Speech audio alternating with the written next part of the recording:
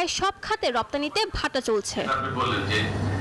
এমন বাস্তবতায় নতুন করে সংকট বাড়িয়েছে মধ্যপ্রাচ্যের যুদ্ধ।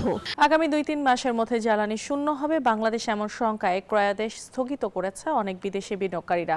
এসব ক্রয়াদেশ চলে যাচ্ছে ভারতে। বুধবার জাতীয় রাজস্ব বোর্ডের সাথে প্রাক বাজেট আলোচনায় এসব কথা বলেন বাংলাদেশ চেম্বারের সভাপতি আনোয়ারুল আলম চৌধুরী। এমন বাস্তবতায় নবায়নযোগ্য জ্বালানি সরঞ্জাম আমদানি উৎপাদন পর্যায়ে কর ছাড় চেয়েছেন ব্যবসায়ীরা। দাবি এসেছে করমুক্ত আয়সীমা বৃদ্ধি ও কর্পোরেট কর হার কমানোর। টানা 8 মাস ধরে কমছে পণ্য রপ্তানি। হিসেব বলছে মার্চের রপ্তানি আয় কমে দাঁড়িয়েছে $348 কোটি। তৈরি পোশাক থেকে শুরু করে চামড়া, প্রক্রিয়াজাত কৃষি পণ্য সহ প্রায় সব খাতে রপ্তানিতে ভাটা চলছে। এমন বাস্তবতায় নতুন করে সংকট বাড়িয়েছে মধ্যপ্রাচ্যের যুদ্ধ। জ্বালানি সংকটে এরই মধ্যে শিল্পের উৎপাদন ব্যাহত হচ্ছে। ব্যবসায়ীরা বলছেন বাংলাদেশে জ্বালানি সংকট আরও তীব্র হবে।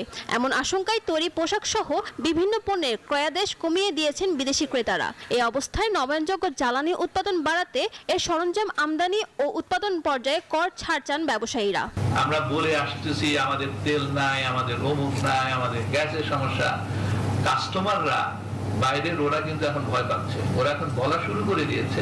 আমি গত এক সপ্তাহে প্রায় 4টা বড় বড় কাস্টমারকে শুনলাম যে তোমার দেশে তো আর 2-3 মাস পরে তো তোমরা ইলেকট্রিসিটি থাকবে না।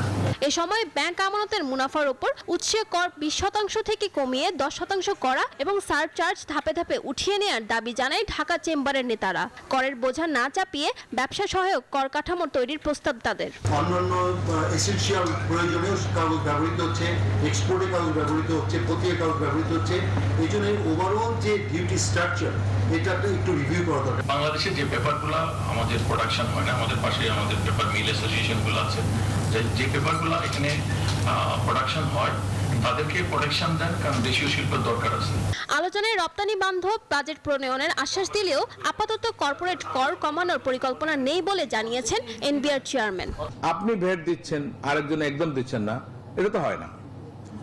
আরেকটা কথা আমি বারবার বলছি, ভ্যাট কিন্তু ব্যবসায়ীরা দেয় না। ব্যবসায়ীরা হচ্ছে ভ্যাটের কালেক্টর। সরকারের পক্ষে তারা কাস্টমার থেকে ভ্যাটটা কালেক্ট করে সরকারকে জমা দিয়ে দেয়।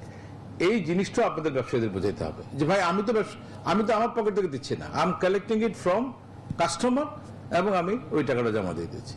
আপনাদের মধ্যে যে নোশনগুলো আছে এখান থেকে বেরোতে হবে। এদিন বিকেলে প্রাক বাজেট আলোচনায় অংশ নিয়ে মুদ্রণ শিল্প ও পেপার ব্যবসায়ীরা কাঁচামাল আমদানিতে শুল্ক সুবিধার দাবি জানান। ফারজানা রিয়া, নিউজ 24, ঢাকা।